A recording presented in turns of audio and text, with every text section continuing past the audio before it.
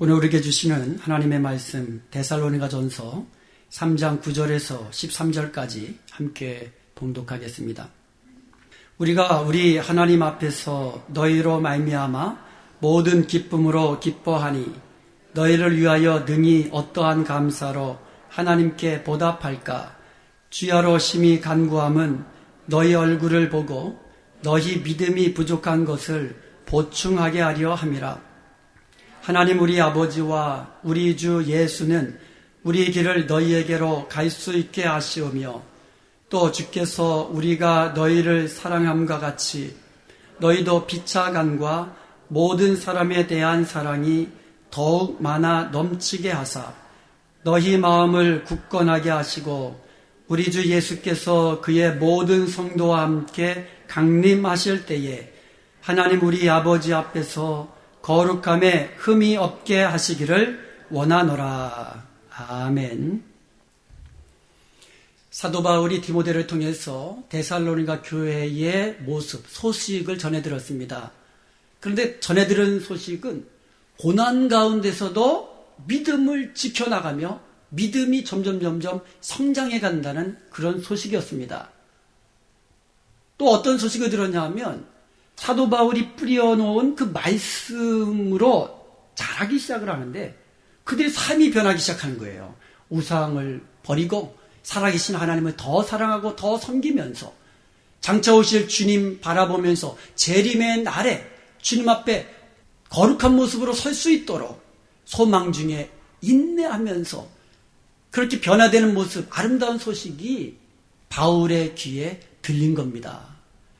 염려하는 마음으로 디모데를 보냈다가 들려오는 소식을 듣고는 감사하기 시작합니다. 기뻐하기 시작합니다.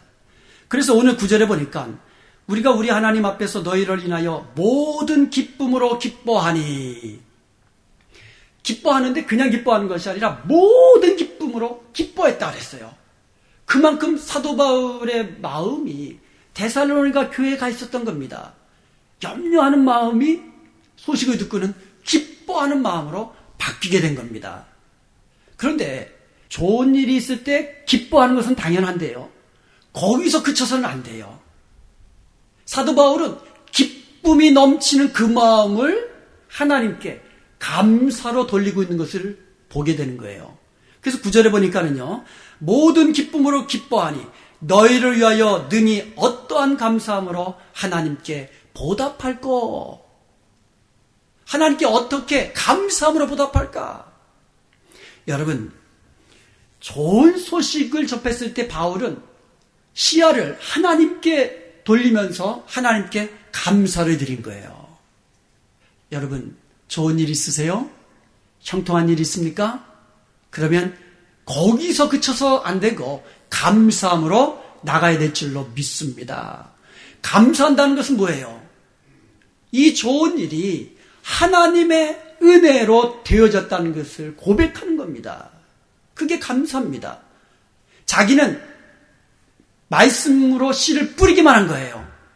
하나님께서 그 뿌려진 말씀을 자라게 하시고 열매 맺게 하시고 믿음 가운데 변하게 하시고 그들의 아름다운 소문이 각처에 퍼지게 한 것 하나님의 은혜입니다. 바울이 그것을 고백하면서 감사드린 거예요. 여러분, 우리가요 서로 바라보면서 신앙생활을 같이 하잖아요. 그런데 서로의 믿음이 성장하는 것을 보면서 우리는 기뻐해야 됩니다. 나의 믿음도 성장하는 것을 우리가 생각할 때마다 기쁘지만 옆에 있는 분의 그 믿음이 자라나는 모습을 볼 때마다 기뻐해야 돼요. 그리고 하나님께 감사를 드려야 됩니다. 감사를 드려야 됩니다. 모든 것이 하나님의 은혜임을 기억하고 감사할 때에 하나님께서 계속해서 기쁨이 넘치는 그 같은 복된 삶을 허락해 주시는 줄로 믿습니다. 우리가 계속 감사하면 하나님께서 계속 감사거리를 허락해 주시는 거예요. 그런데 10절을 보면은요, 감사가 기도로 이어지는 것을 볼 수가 있습니다. 기쁨에서 감사로 변했는데 그 감사에서 그치는 것이 아니라 기도로 이어지고 있다는 거예요. 10절 한번 보겠습니다. 주야로 쉬지 않고 기도한다는 뜻이죠. 하나님의 뜻은 뭡니까? 쉬지 않고 기도하는 거라고 그랬거든요. 바울은 주야로 쉬지 않고 데살로니가 성도들을 위해서 기도했다라는 거예요. 그것도 심히 기도했다고 그랬습니다. 마음을 다하여 기도한 거예요. 그냥 건성으로 기도한 것이 아니라 마음을 다하여서 데살로니가 성도들을 위하여서 주야로 쉬지 않고 기도했다는 말씀이에요. 기도는요, 고난의 때만 하는 것이 아니에요. 내가 연약할 때, 내가 병들었을 때만 하는 것이 기도가 아니에요. 기도는 내가 기쁜 날에도, 감사한 날에도, 감사로 하나님께 영광을 돌리며 하나님을 영원롭게 하는 것이 우리의 기도인 줄로 믿습니다. 기도는 쉬지 않고 기도하는 거예요. 그래서 기쁠 때도 즐거울 때도. 바울이 지금 그렇게 기도하는 겁니다. 데살로니가 교회 성도들을 생각할 때마다 감사함으로 하나님 앞에 기도하는 겁니다. 하나님께 영광 돌린다는 뜻이에요. 우리의 감사로 드리는 기도는 하나님을 영원롭게 하는 것인 줄로 믿습니다. 사도 바울은요, 데살로니가 교회 성도들을 직접 가서 보기를 원했어요. 그런데 번번이 사탄이 그 길을 막았다고 기록하고 있습니다. 자, 그렇다면 바울은 직접 가서 얼굴을 보면서 그들의 믿음을 세워주지는 못하지만 기도는 할 수 있었던 겁니다. 직접 가지는 못하지만 기도로 하나님께 간구할 수는 있었다라는 겁니다. 우리의 기도는요, 장벽이 없어요. 여기서도 한국에 있는 사람들을 위해서 기도할 수 있습니다. 가족들을 위해서 기도할 수 있습니다. 집에서도, 교회에서도 집에 있는 자녀들을 위해서 기도할 수 있습니다. 멀리 떨어져 있는 자녀들을 위해서 기도할 수도 있습니다. 이게 기도입니다. 사도 바울이 직접 데살로니가 교회로 가서 얼굴을 보면서 그들을 말씀으로 격려하고 위로하고 그들의 믿음을 세워주고 싶었는데 사탄이 번번이 방해하고 그 길을 막으니까 쉬지 않고 마음을 다하여서 기도한 줄로 믿습니다. 중요한 것은 생각하는 마음이에요. 마음이 있으니까 기도가 가는 거예요. 우리 성도들이 서로서로 생각하는 마음이 있을 때에 우리는 서로를 위하여 기도해 줄 수 있는 거예요. 마음이 없으면 기도도 안 나오는 거예요. 기도가 안 나오는 것은 둘째치고 기도조차 안 하는 겁니다. 그러면 우리 성도들이 서로서로 마음을 두고 서로서로 위하여서 기도해 줄 수 있는 그런 교회 되기를 간절히 축원드립니다. 염려가 기쁨으로, 기도가 감사로 바뀌었고 감사가 기도로 이어졌다고 했습니다. 그런데 오늘 10절부터 13절까지 보면은 그 기도의 내용이 나옵니다. 바울의 기도의 내용이 세 가지로 나오는데 첫 번째로 보면은 10절에 기록되어 있습니다. 주야로 심히 간구함은 너희 얼굴을 보고 너희 믿음이 부족한 것을 보충하게 하려 함이라. 첫 번째 기도는 뭡니까? 내가 직접 가서 너희들의 얼굴을 보고 싶다. 이런 기도였습니다. 2장 18절에 보면 나 바울이 한두 번 너희들에게 가기를 원했지만 사탄이 그 길을 막았도다 그랬거든요. 바울은 사탄이 막아놓은 그 길을 열어달라고 기도하는 거예요. 사탄은 가고자 하는 그 길을 막았지만 하나님이 열어주옵소서 기도하는 겁니다. 이 기도는요, 사탄이 그 길을 막았어도 하나님은 열어주실 수 있다라고 믿는 그의 믿음의 고백인 줄로 믿습니다. 그리고 이 기도는요, 주님은 사탄이 막아놓은 그 길을 주님이 열어주셔야 그 문이 열린다는 하나님의 주권에 대한 고백이기도 합니다. 하나님이 열어주셔야 내가 갈 수 있습니다라는 하나님의 주권에 대한 고백이고, 하나님은 그 사탄이 막은 길을 열으실 수 있는 능력이 있습니다. 하나님의 능력을 인정하는 기도이기도 한 거예요. 그리고 또 하나, 하나님이 열어주시지 않으면 나는 그 길로 가지 않겠습니다라는 하나님의 뜻에 순응하는 기도예요.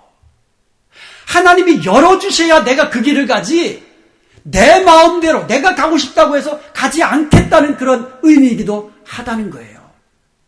우리가요, 기도하면서 기도는 해놓고 행동은 내 마음대로 하는 거예요. 그게 아니에요. 바울은요, 하나님이 열어주시면 그 길을 가겠습니다. 그 기도고요. 열어주시지 않으면 기다리겠습니다.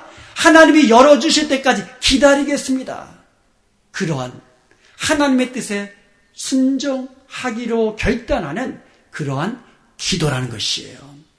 사랑하는 여러분, 우리가요, 우리의 인생길에서 우리의 가는 길을 하나님께 맡길 수 있기를 바랍니다.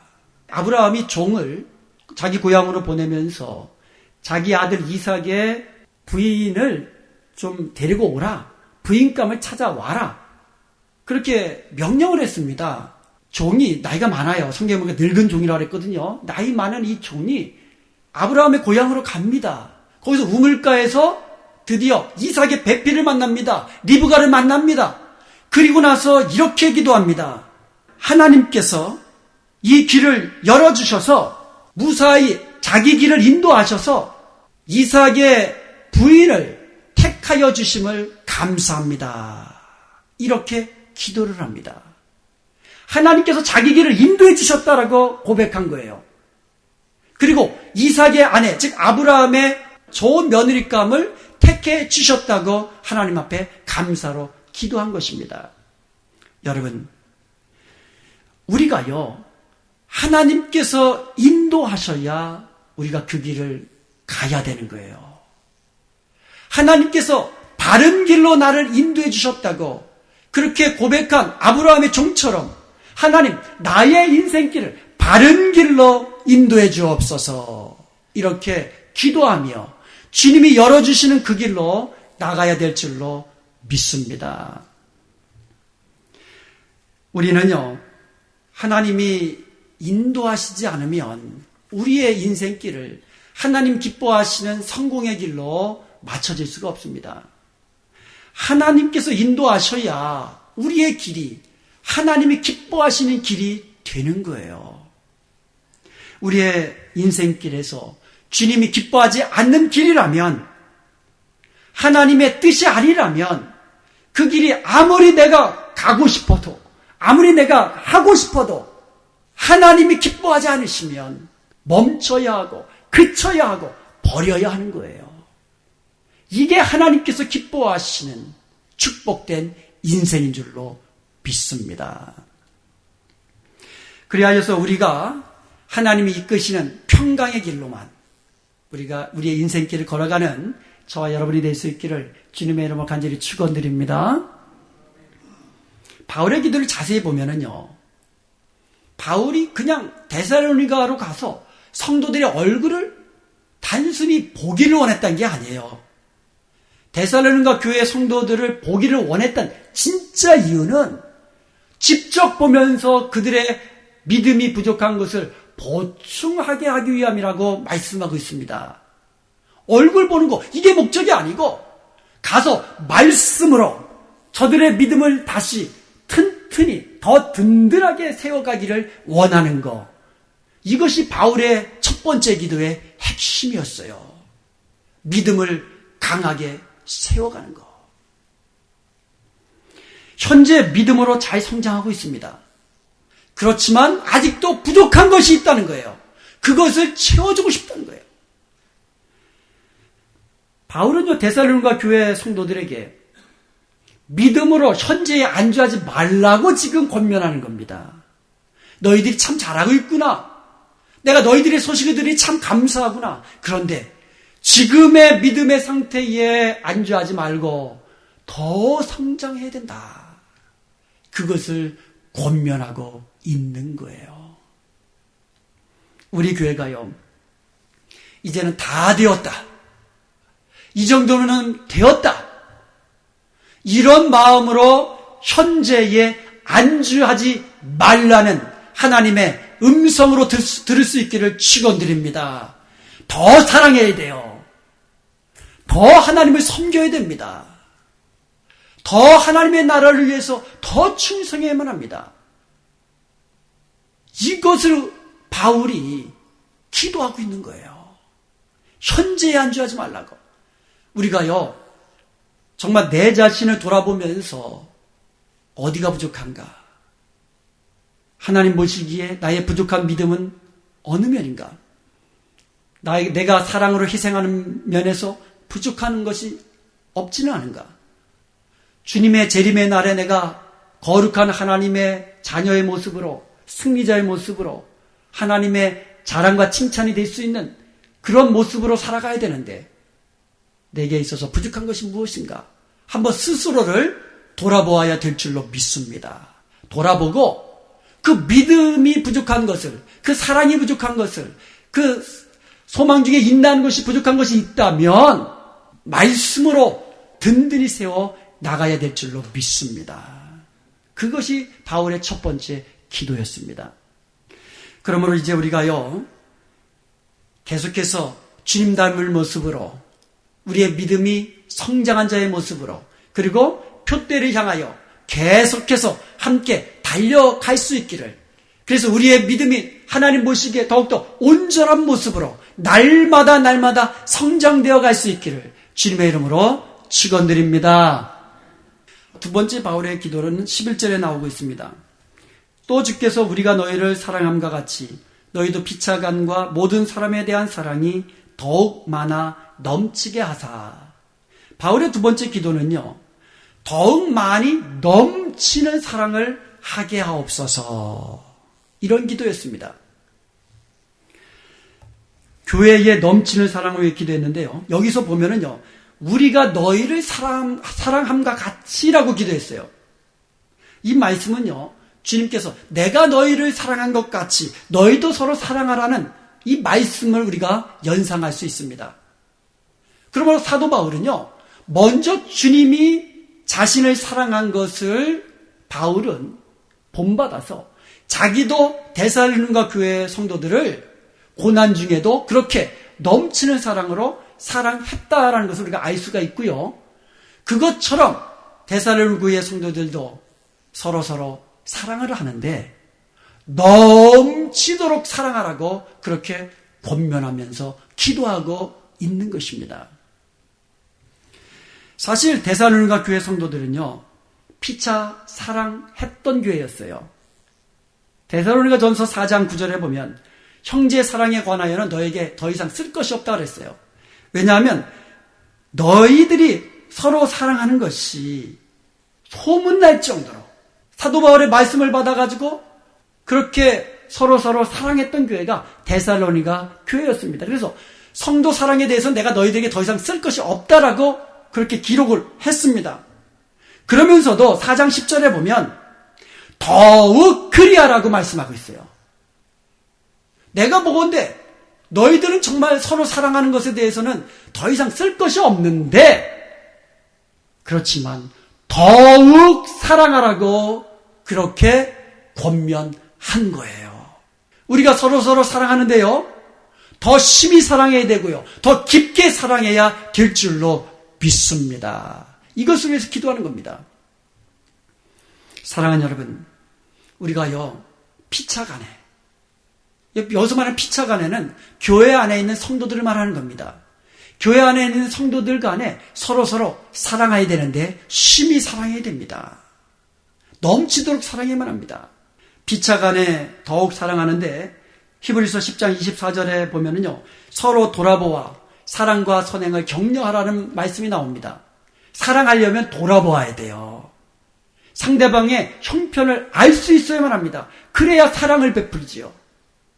그래서 우리 은혜합병동교회 성도들은요, 서로 돌아보는 교회가 될 수 있기를 바랍니다. 서로 돌아보면서 사랑과 선행을 격려할 수 있기를 바랍니다. 나도 사랑하고 사랑을 격려하는 그런 교회, 우리 은혜합병동교회가 될 수 있기를 간절히 소원드립니다.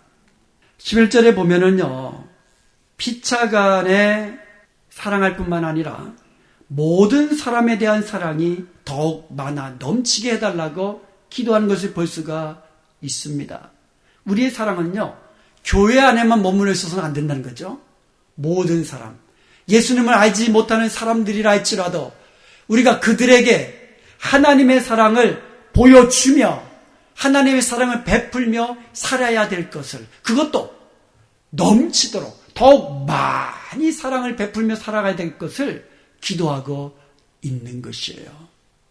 그래서 우리 교회가요, 넘치는 사랑으로 소문난 교회가 될 수 있기를 축원드립니다. 사랑이 많은 교회라는 그런 소문이 나야 돼요. 그런 교회가 부흥하고 성장하는 겁니다. 주님이 보여주신 그 사랑으로 더욱 힘써 사랑하는 우리 은혜와 평강 교회가 되기를 다시 한번 주님의 이름으로 축원드립니다. 세 번째 기도의 제목이 13절에 나옵니다. 이 13절에 보면은요, 데살로니가 성도들의 마음을 굳건하게 해주셔서 주님이 다시 강림하실 그때에 하나님 앞에서 거룩함에 흠이 없게 해달라고 그렇게 기도를 드리고 있습니다. 우리 모두는 하나님 앞에 설 때가 있습니다. 주님 재림하실 때에 우리 모두는 주님 앞에 서게 될 줄로 믿습니다. 그때에 거룩함에 있어서 흠이 없어야 돼요. 여기서 거룩함이라는 것은 구별된다는 뜻이에요. 하나님이 이 세상과 특별히 하나님의 창조하신 피조물들과 구별되신 분이에요. 그래서 하나님은 거룩하신 분입니다. 우리도 이 세상의 성도잖아요. 성도라면 세상과 구별된 모습으로 살아야 돼요. 그래서 사람들이 볼 때, 아, 저 사람은 예수 믿는 사람이야. 이렇게 구별된 삶을 살아야 되는데, 그런 거룩함에 흠이 없도록 주님 앞에 섰는데 흠이 없는, 거룩함에 흠이 없는 사람으로 설 수 있도록 바울은 기도하는 거예요. 그러기 위해서는 어떻게 해야 됩니까? 마음을 굳건하게 해야 된다는 것이에요. 마음을 굳건하게 하사. 데살로니가전서 3장 2절에도 보면은요, 굳게 한다라는 말이 나오고 있어요. 이 기도는요, 바울이 데살로니가 교회 성도들을 직접 가서 얼굴을 보면서 그들의 믿음을 굳게 하고 싶은 바울의 간절한 마음이 여기 담겨져 있는 거예요. 내가 직접 가서 너희들의 믿음을 성장하게 해서 마음을 굳게 그렇게 붙잡아주고 싶다라는 그런 바울의 간절한 소망이 기도에 담겨 있는 거예요. 마음을 굳게 한다는 말은 시편 57편 7절에서 고백한 대로 마음을 주님께로 확정하는 것을 의미하는 거예요. 마음이 세상으로 갔다가 하나님 나라로 갔다가 왔다리 갔다리 하는 것이 아니라 하나님께로 내 마음을 고정시키고 확정시키는 것이 마음을 굳게 하는 겁니다.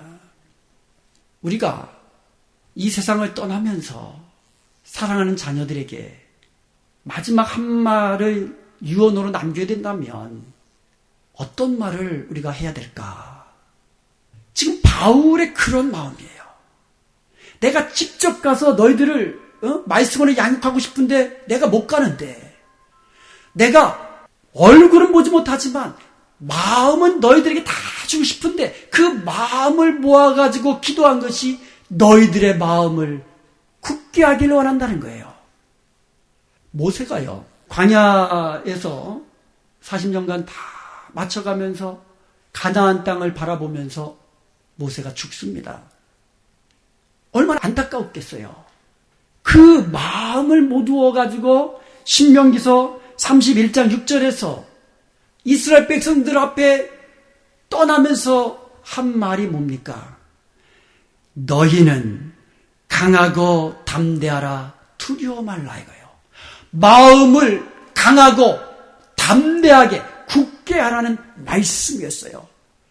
하나님께로만 그 마음을 확정하고 흔들리지 말라는 말씀이었어요.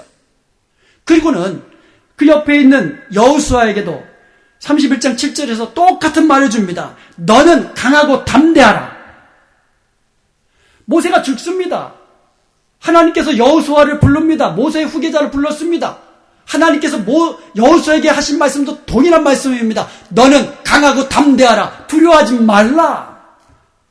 모세에게 함께한 것처럼 내가 너와도 함께하겠다. 마음을 강하게 하고 담대하라. 두려워하지 말아라. 마음을 하나님께로 확정하라는 뜻이에요. 하나님만 바라보고 이스라엘 백성들을 가나안 땅으로 이끌어 들여라라는 말씀이었어요.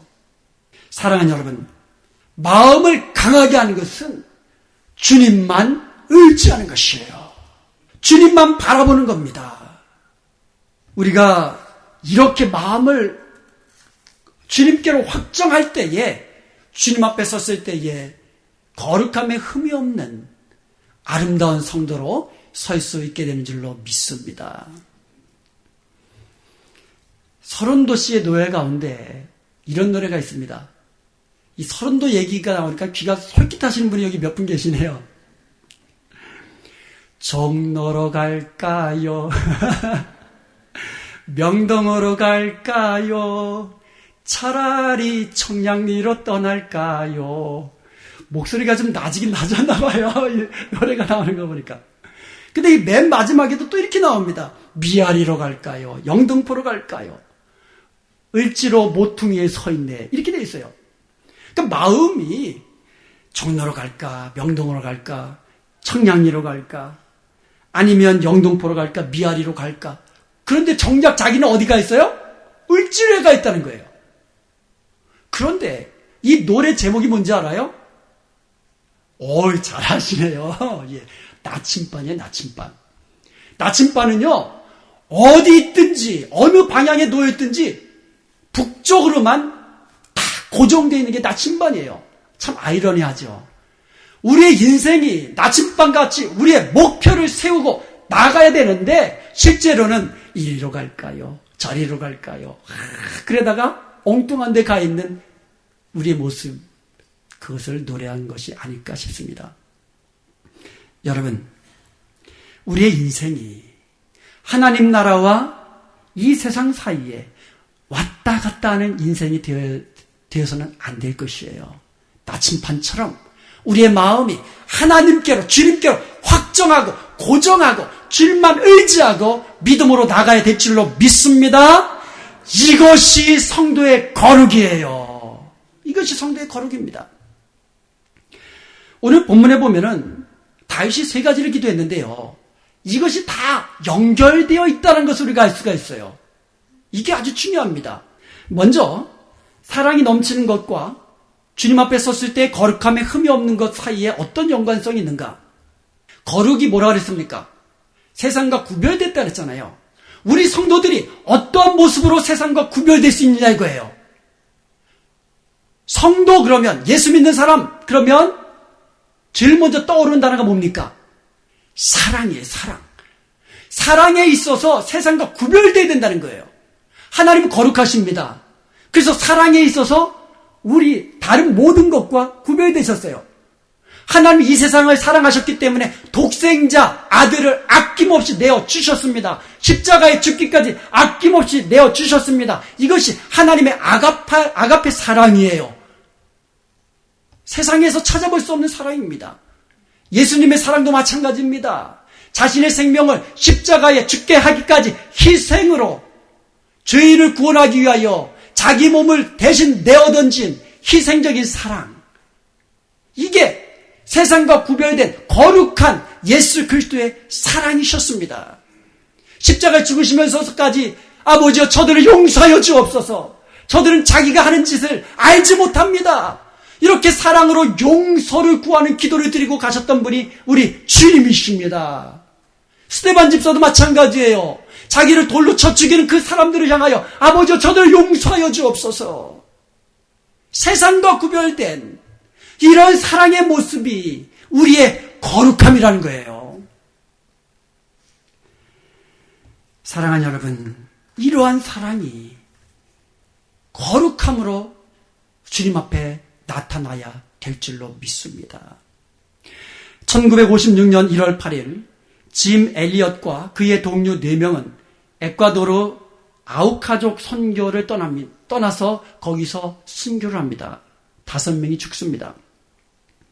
이것을 기록한 책이 전능자의 그늘, Shadow of the Almighty라는 책입니다. 남편들이 순교를 했습니다. 그런데 그 미망인들 5이 모여가지고 남편이 뜻을 다 이루지 못한 그 에콰도르, 그 부족에게 또 들어갑니다. 하나님께서 그때 역사하셔가지고 그 땅의 복음의 문이 열리기 시작합니다. 이 이야기를 기록한 책이 영광의 문이라는 책입니다. 그 5명의 선교사 중에 한 선교사의 아들이 있었습니다. 근데 이 아들이 장성한 이후에 에콰도르를 떠나지 아니하고 그 땅에서 대를 이어가면서 복음을 전하기 시작합니다. 그 사람이 바로 네이트 세인트라는 선교사였습니다. 근데 그의 아들 스티브 세인트라는 사람이 책으로 기록했는데, 그러니까 자기 아버지의 선교의 이야기를 기록했는데 그것이 창끝 End of the Spear라는 책입니다. 어떻게 남편을 죽인 그 사람들에게 부인들이 또 찾아갈 수 있습니까?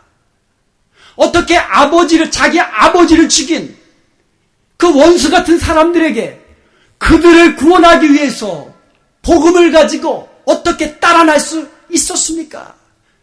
이것이 세상과 구별된 우리 성도들의 거룩이고 우리 성도들의 사랑인 줄로 믿습니다. 우리가 얼굴도 알지 못하는 사람들을 사랑하라고 성경에는 나와 있는데 어떻게 우리 성도들을 사랑하지 않을 수 있습니까? 얼굴도 알지 못하는 사람들을 이렇게 사랑하는 사람들이 있는데, 이렇게 사랑하는 우리 주님이 계시는데 우리가 어떻게 같이 몸을 맞대고 사는 남편과 아내를 사랑하지 않을 수 있겠습니까? 자기에게 살과 피를 준 생명을 주신 그 부모님을 어찌 우리가 사랑하지 않을 수 있겠냐 이거예요. 하나님께서 주신 그 어린 우리의 자녀들을 우리의 생명 버려가면서 그들을 위해서 희생하면서 어떻게 사랑하지 않을 수 있겠느냐 이거예요. 이런 사랑이 세상과 구별된 우리의 거룩함의 모습이 되어야 된다는 말씀입니다. 이것은 내 힘으로 안 되잖아요. 노력은 해야 됩니다. 기도해야만 합니다. 그런데 내 힘으로 안 되잖아요. 그래서 주님만 의지하고 기도해야 되는 거예요. 그래서 바울이 첫 번째로 뭐라고 기도했습니까? 믿음이 굳건해지게 하옵소서. 우리의 믿음이 원수까지도 사랑할 수 있는 그런 사랑으로 거룩함의 모습으로 변화되어 갈 수 있도록 우리의 믿음이 성장해야 된다는 말씀입니다. 사랑하는 여러분, 주님께서 하십니다. 바울의 기도 보면 전부 다 주께서 하시고 주님께서 하십니다. 우리가 주님만 바라보면서 주님만 의지하면서 세상과 구별된 원수까지도 사랑하는 성도들끼리 피차 사랑하고 가정에서도 서로 사랑하는 아름다운 사랑. 어떤 사랑이요? 내 몸을 내어주기까지 나를 부인하고 나를 십자가에 치고 주님이 가진 그 길을 우리가 따라가는 그 마음으로 사랑하면서 주님 앞에 섰을 때에 우리의 거룩함에 흠이 없게 설 수 있기를 주님의 이름으로 축원드립니다.